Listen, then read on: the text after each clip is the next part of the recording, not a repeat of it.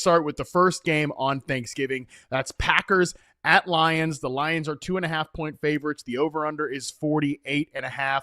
This game obviously matters a lot for the NFC North Division race. It matters a lot for fantasy managers out there because there are a lot of players that we like starting in this matchup. Let's start first. We're going to just basically go when each team has the ball as we talk through these games. So let's first start, Ray, when the Packers have the ball. When Green Bay has the ball in this first game on Thanksgiving, what has your attention? Well, yeah, I mean, it's tough because the Packers offense, we could focus on that in a little bit, but Detroit, they're fourth worst in the NFL versus wide receivers. They're allowing about 33 PPR points per game to that position. So when you think about the Packers, wide receivers a little shaky out there with Dobbs, Christian Watson. I don't know if Reed is back or not, but through the air, you can attack this Lions team with the wide receivers through the air. Now, versus the run, this Lions defense against the run, they're 10th best. 10th best in opponent rushing fantasy points per game, 11th best in opponent rushing yards per game. They've allowed 33 runs of 10 plus yards, which is right around middle of the pack. So they're a solid rushing defense, not elite, much shakier versus the pass. So when you look at, what this Green Bay offense is going to have to do, they should get back Josh Jacobs. I believe Jacobs is going to be back, was close to playing last week. Tough sledding for Josh Jacobs or Emmanuel Wilson, I think, versus this Lions front. They're going to have to push the ball. We're not talking about the Lions offense right now. Green Bay is not going to be able to play the same way they played last week versus Minnesota when there was not a threat of any downfield things happening with the passing attack. And the rushing game is what it is. It's Mason and Aaron Jones. So when you're looking at Detroit, right, at home, in the dome, their environment, defense, crowd is like, they're going to have to throw the ball. And Jordan Love has been a little shaky at doing that over the last 3-4 weeks of the season.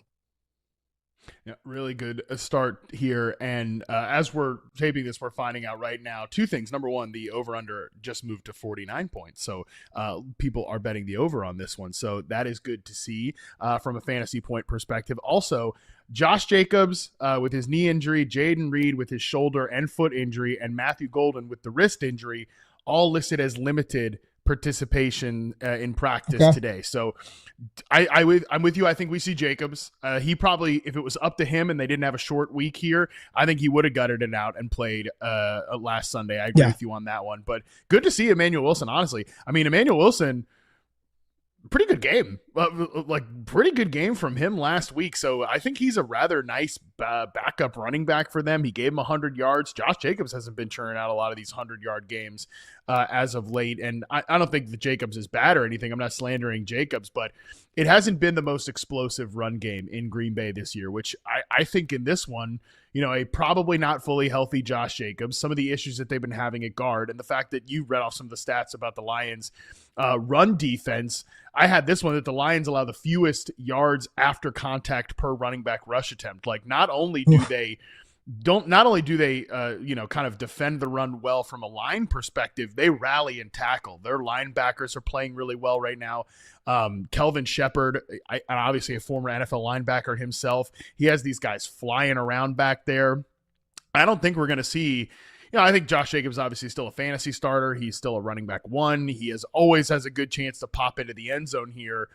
But at the same time, I don't think that we're going to see one of these games where the Packers can just lean on the run. I guess the question, Ray, is Matt LaFleur going to see it that way? Because Matt LaFleur has played it very, very, very conservative of late. And I wonder if he looks at it as you do and as I do as well. We'll get into that in a little bit. If this is a pass-first matchup because LaFleur has played this thing so conservatively this year.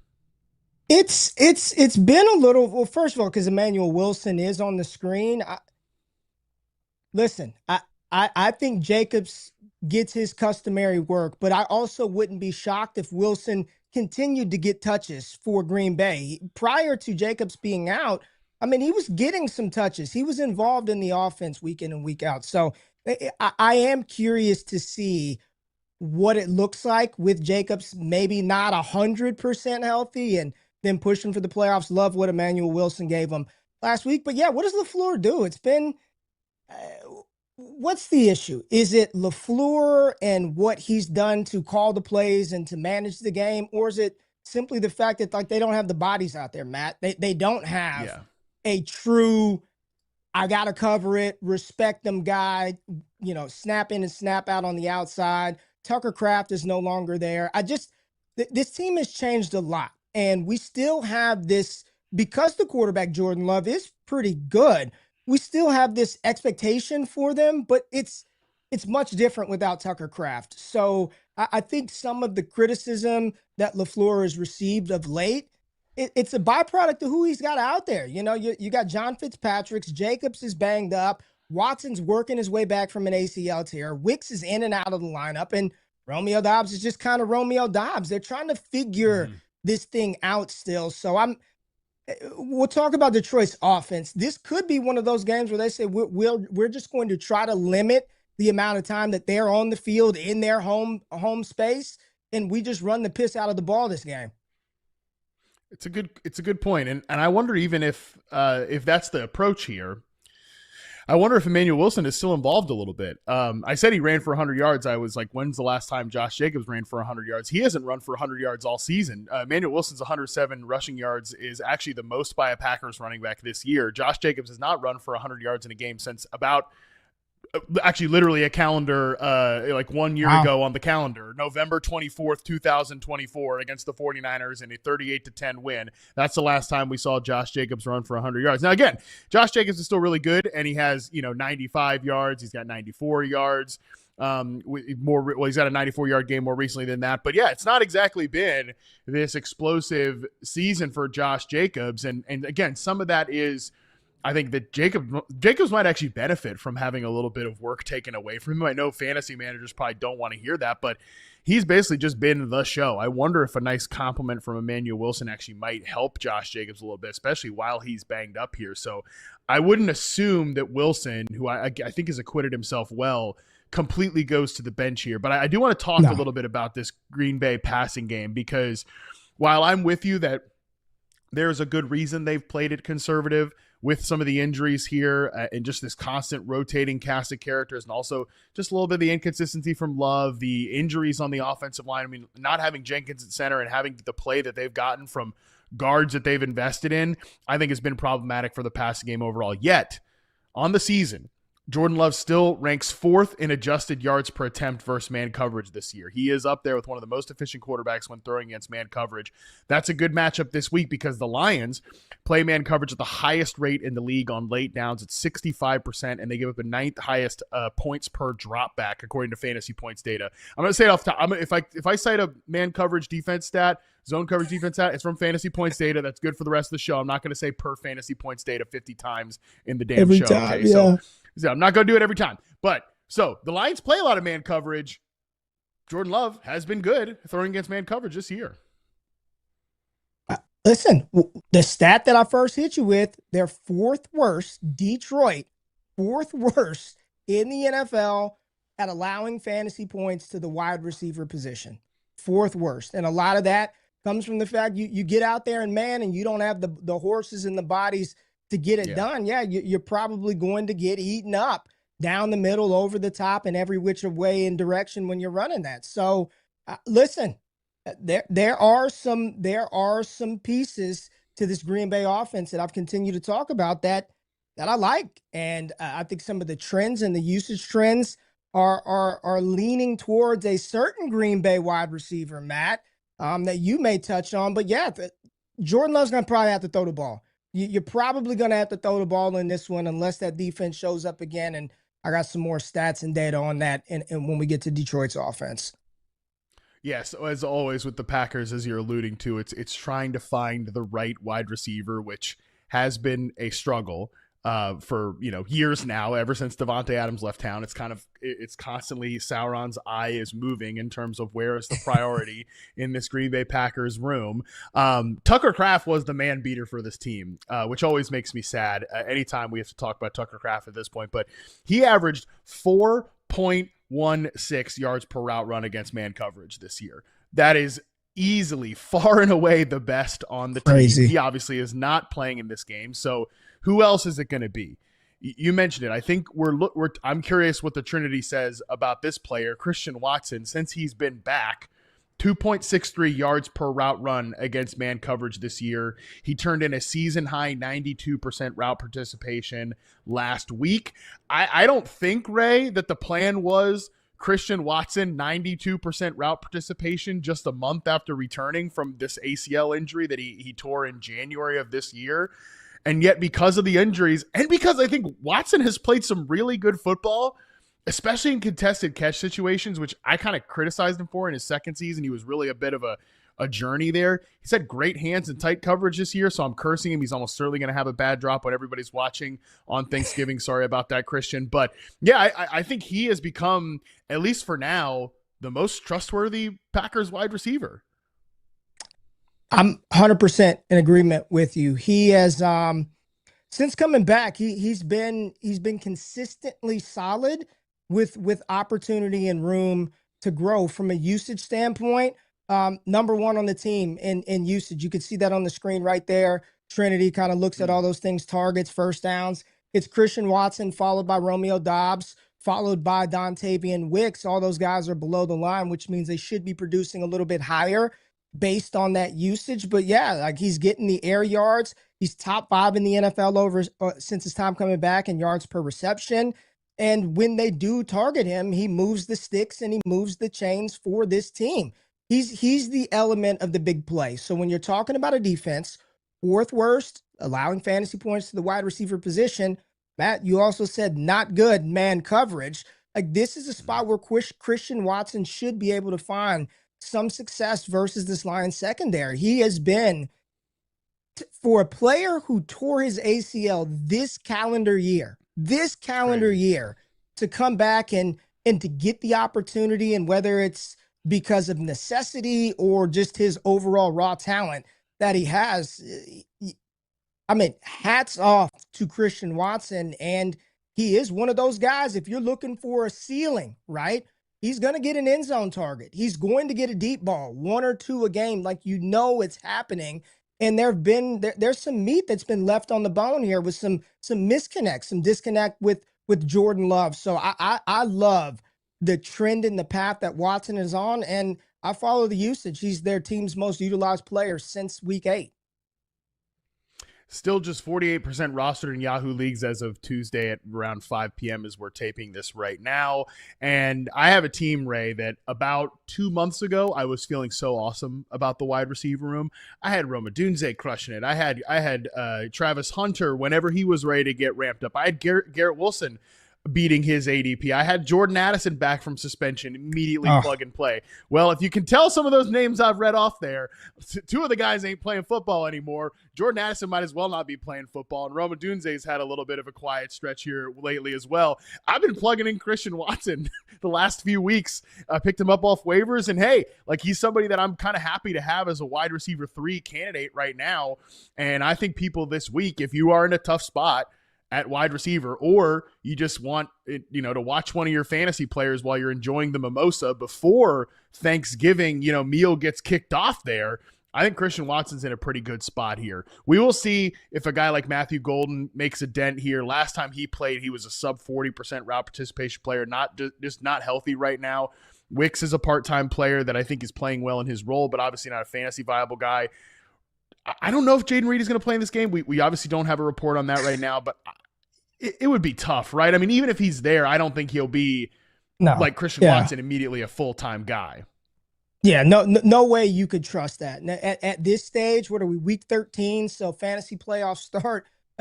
Is that something you take into consideration too, right? If you just think about this game, Lions, Packers, great offense in Detroit. We know Green Bay's defense is good. We'll talk about it, but you got 1 week into the fantasy playoffs. Like, I need upside here. I don't need Jaden Reed figuring it out, getting worked back into the offense when fantasy playoffs start in a week, or for some people, maybe this week. So yeah, this point, it's got to be the upside play. If I'm starting a Packers wide receiver, they've got to have some touchdown upside, some big play upside.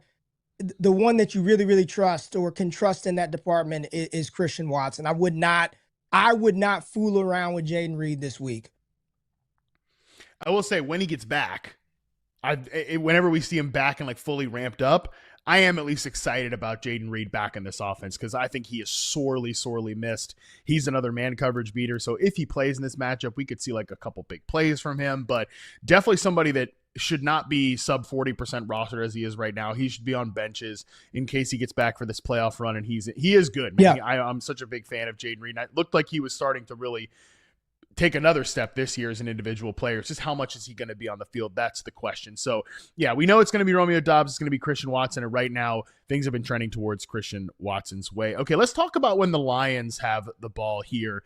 I found this interesting stat that I kind of want to throw out just to do the table set here in terms of this Packers defense versus this Lions offense. We know the Lions offense, I wouldn't say they're boring to talk about, Ray, but from a fantasy standpoint, we do kind of know who's going to get the ball and who the priority players are. There's not some goofy third receiver that we're thinking about starting here. Sam Laporta is no longer in our lives, so we're not even really playing one of these tight ends. It's pretty much Jahmyr Gibbs, it's St. Brown, and Jameson Williams. But the question is, can this Lions offense, which you're always excited about when they're at home in the dome, indoors, can they get over on this Packers defense? Well, one interesting thing, we know the Lions love their play action, right? Goff is third in yards per attempt on play action this year among quarterbacks. The Packers have actually given up the lowest yards per target in the NFL versus play action this year. And when you just watch some of their play against, like watch the plays against play action, you watch some of the stuff that they do when they get in breaking routes, they close those windows real fast. So it will be a very interesting strength on strength matchup when we watch Jared Goff try to throw against this defense. Yeah, this is again, it's sort of it's tough to separate the eye test, what our eyes just told us, because we just saw Jahmyr Gibbs go Super Saiyan mode, right? 219 yards on 15 carries. We saw Amon-Ra St. Brown after catching 2 passes the week prior to getting back over 90-something receiving yards and a touchdown. He was incredible. The overall reality is this is a very difficult Packers defense, especially against the wide receiver position, only allowing about 23 points per game to wide receivers. About 23 points per game to wide receivers. They're number 1 in the NFL versus slot wide receivers, allowing about 4 PPR points per game to slot wide receivers. Over the last 3 weeks, that's tightened up to an absurd 0.64 PPR points per game to the slot wide receiver position, best in the league. They've already played the Lions one time, and in that game, I had to just go back. And I know it was week 1, so I was like, all right, how much do you want to take into consideration? Well, the Lions didn't do anything. They didn't do anything. David Montgomery, 25 yards. Jahmyr Gibbs, 19 yards. Sam Laporta actually led the way with 79 yards. Amon-Ra St. Brown had 45 yards on 4 catches. Gibbs had 10 receptions for 31 yards. J-Mo had 23 yards. Jared Goff threw the ball 39 times for 225. So this Packers defense versus the wide receiver position, very, very tough. Very, very tough, right? Against the run, they're equally as tough. They're a top 10 run defensive unit.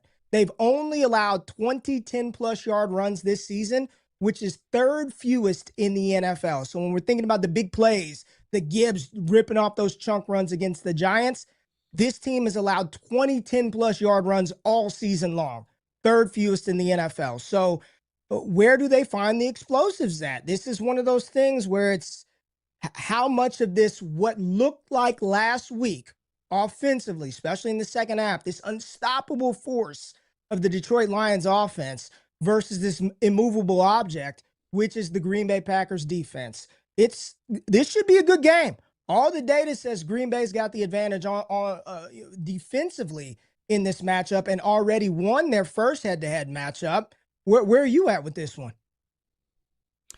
Yeah, that slot defense stat for the Green Bay Packers is really it's like almost alarming to hear, and I think it lines up well with what I was mentioning in terms of the play action stuff, because you think about it, like they just close those windows over the middle of the field, where typically with play action you're either throwing deeper out routes, you're throwing over the middle of the field, and so sometimes that is going to be to your power slot receiver like an Amon-Ra St. Brown type. But obviously you're not benching St. Brown, of course, and, no. And he's had his drop problems the last couple of weeks. We're going to talk about another great receiver who's had some drop issues when we get to the second segment here, but obviously St. Brown's had this, but those can correct themselves at any point.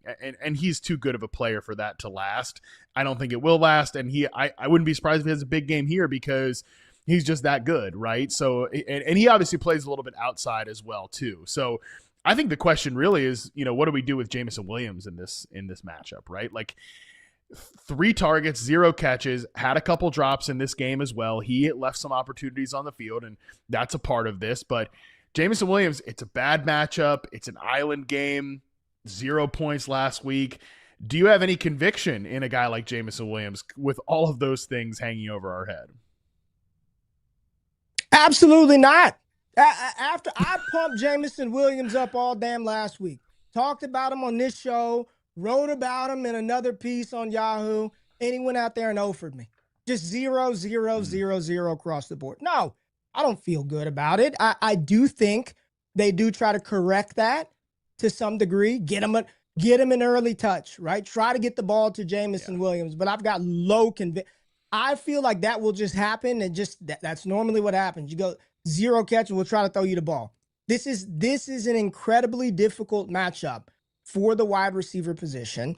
I don't trust him this week. I do not trust him this week. I've got more faith because it's funny because he and Christian Watson, to a degree, kind of occupy the same role. Even if Watson's the one, they kind of do some of the same things. I trust him a lot more in this matchup than I do Jameson Williams. I would play Christian Watson over Jameson Williams this week. I don't have any conviction this week for him. This is a tough matchup, and this was a guy who was not involved at all. I think they try to get him the ball, but would I recommend starting him? Like I would not personally feel good with it this week. No, not versus Green Bay. I think I'll take the other side of this one almost because what you said there in terms of they're going to try to get him the ball. Like Dan Campbell is not going to allow this to happen 2 weeks in a row. And like I said, Jameson did get some opportunities last week that he messed up on, so obviously that's the JMO experience. He's a bit of a volatile guy in his own right. Just when you think you can trust him, he puts that 0 in your lineup, and it will be, I only have one Jameson Williams team, and thankfully it's my guillotine team. So like it's stacked enough that I can probably put him on the bench, but I can still feel that he's going to get a 30 spot, it's just to me, I think we'll see one of those early touches, try to get him in the game, like a screen on the first drive, a little drag route on the first drive where they clear space and try to get him running after the catch, build some of that confidence back up. I think we see that from Jameson Williams. And is that enough for it to make him a fantasy starter? I don't know, but again, we'll end it on this, Ray. Do you think this game ends up being a high scoring affair? Some of the stuff we talked about, the Packers offense. Obviously, we know the Lions offense is good. Do you think this ends up being a high scoring game? I do not. I've already hammered the under on this one. I don't think we're getting 49 points. The Green Bay offense is not been great of late. They don't have a lot of explosives laying around this offense on the outside or in the backfield. And their defense is still one of the best defenses in the NFL against this Lions team, who they don't look like this offense is the same. I mean, hell, with Green Bay, we were questioning this Detroit team for a full half last week versus the Giants. So I don't think it's a high-scoring game. I would be taking the under on this one all day, every day. I think this is a difficult matchup for both sides for what they like to do well. And this turns into a physical game inside of Detroit's home stadium. I think you're right. Lions defense really underrated too. They've got some guys coming back in the secondary. They're kind of always a little banged up there, but they play so physical. And even if they allow some big plays to wide receivers, I'm just not sure the Packers right now have the juice on offense. So I think it'll be a good game. I think it'll be a fun one to watch, but I don't know if we're seeing like 50 points in this one. So probably going to get that wrong.